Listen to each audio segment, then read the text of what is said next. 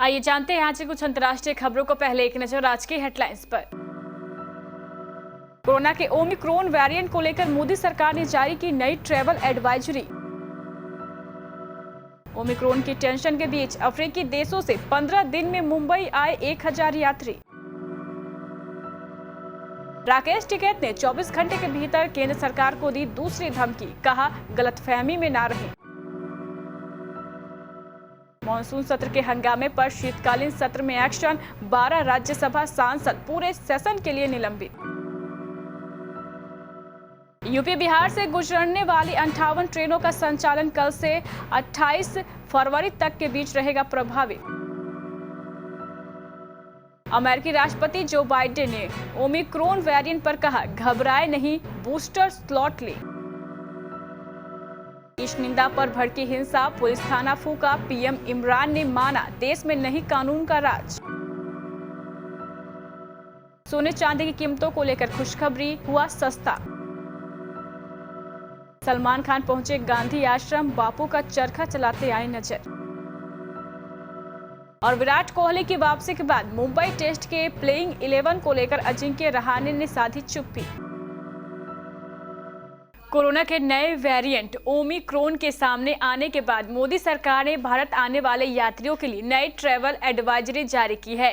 केंद्र सरकार ने यात्रियों को कोरोना से जुड़े सभी दिशा निर्देशों का पालन करने और आवश्यक व्यवस्थाओं के साथ यात्रा करने की सलाह दी है।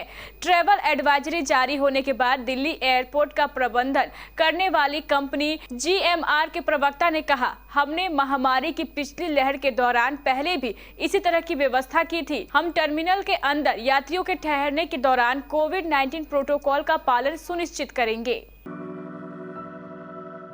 पूरी दुनिया में कोरोना के ओमिक्रॉन वेरिएंट ने दहशत का माहौल बना दिया है। इसे पिछले सभी वेरिएंट की तुलना में ज्यादा ताकतवर और खतरनाक माना जा रहा है। अब इस खतरे के बीच देश की माया नगरी मुंबई के लिए भी एक चिंता की बात है। पता चला है कि पिछले 15 दिनों में अफ्रीकी देशों से कुल 1000 यात्री मुंबई में लैंड हुए हैं। ये अहम जानकारी BMC के एक वरिष्ठ अधिकारी ने दी है। उनकी तरफ से बताया गया है कि पिछले 15 दिनों में 1000 यात्री मुंबई में लैंड कर चुके हैं। ये सभी लोग अफ्रीकी देशों से आ रहे थे, जहां पर ओमिक्रॉन का खतरा सबसे ज्यादा बना हुआ है।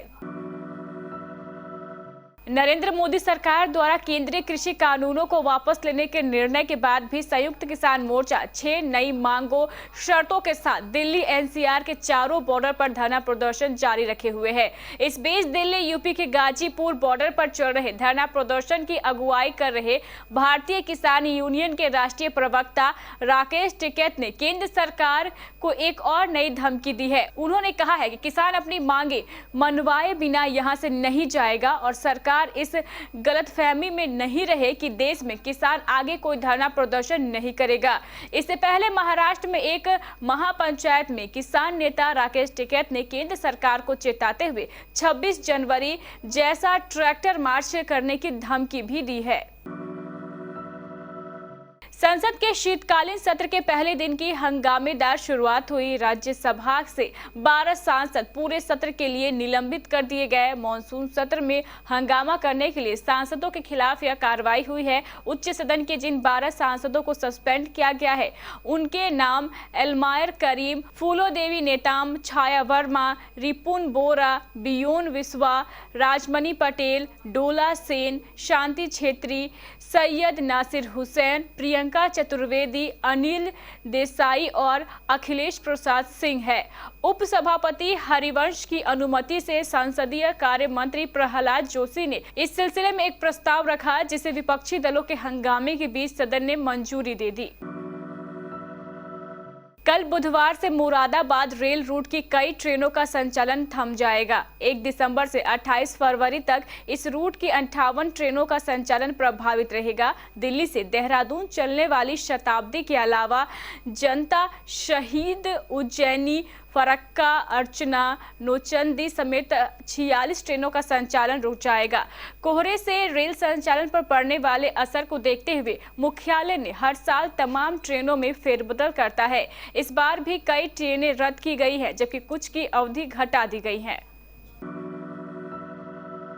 दक्षिण अफ्रीका में मिले कोरोना वायरस के नए वेरिएंट ओमिक्रॉन ने दुनिया भर में तनाव का माहौल एक बार फिर पैदा कर दिया है। इस वेरिएंट के मामले अन्य देशों में भी देखने को मिल रहे हैं। वहीं अब अमेरिकी राष्ट्रपति जो बाइडेन ने कहा है कि ओमिक्रॉन भले ही चिंता का विषय है, लेकिन घबराने की बात नहीं है। दरअसल बीते दिन व्हाइट हाउस में बोलते हुए जो बाइडेन ने कहा कि वो जल्द डिटेल्ड स्ट्रेटेजी को पेश करेंगे, जो बताएगा कि सर्दी के इस मौसम में हम कोरोना से कैसे लड़ने वाले हैं। वहीं उन्होंने आगे कहा है कि हम वेरिएंट को लेकर पूरी तरह सतर्क हैं, लेकिन शटडाउन, लॉकडाउन के साथ नहीं, बल्कि ज्यादा से ज्यादा टीकाकरण, बूस्टर डोज समेत टेस्टिंग के उद्देश्य के साथ हम आगे बढ़ेंगे। पाकिस्तान में खैबर पख्तूनख्वा प्रांत के चारसद्दा जिले में रविवार रात को भीड़ ने एक पुलिस स्टेशन को सिर्फ इसलिए फूंक डाला क्योंकि पुलिस ने ईश निंदा के आरोपी को उग्र लोगों के हवाले नहीं किया।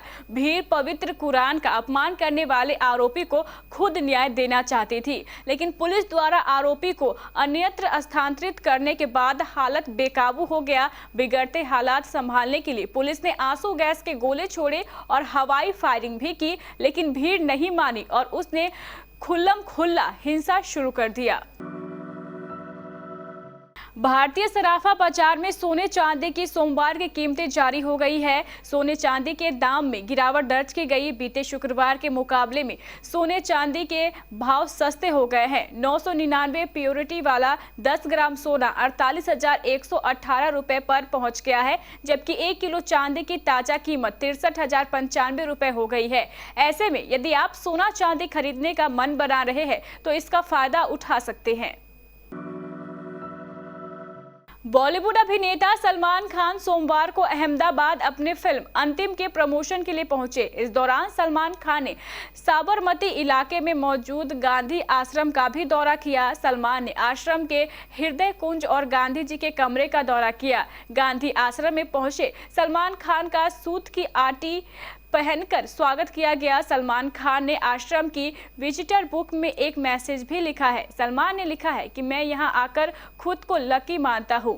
यहां आना एक बड़े सम्मान की बात है। मैं इस जगह को कभी नहीं भूलूंगा। भारत और न्यूजीलैंड के बीच 2 मैचों की सीरीज का दूसरा टेस्ट मैच 3 दिसंबर से मुंबई के वानखेड़े स्टेडियम में खेला जाना है। पहला टेस्ट मैच ड्रॉ पर छूटा और अब सबकी नजर इस बात पर टिकी है कि मुंबई टेस्ट के लिए कप्तान विराट कोहली की वापसी के बाद किस बल्लेबाज को प्लेइंग 11 से बाहर बैठना पड़ेगा। मुंबई टेस्ट का प्लेइंग 11 कैसा होगा, इस सवाल पर रहाणे और हेड कोच राहुल द्रविड़ दोनों ने ही बहुत नाप तोल कर जवाब दिया है। रहाणे ने जहां कहा है कि फैसला टीम मैनेजमेंट की ओर से होगा, वहीं द्रविड़ ने कहा है कि विराट से बातचीत और वहां की परिस्थितियों को देखकर टीम में बदलाव होगा।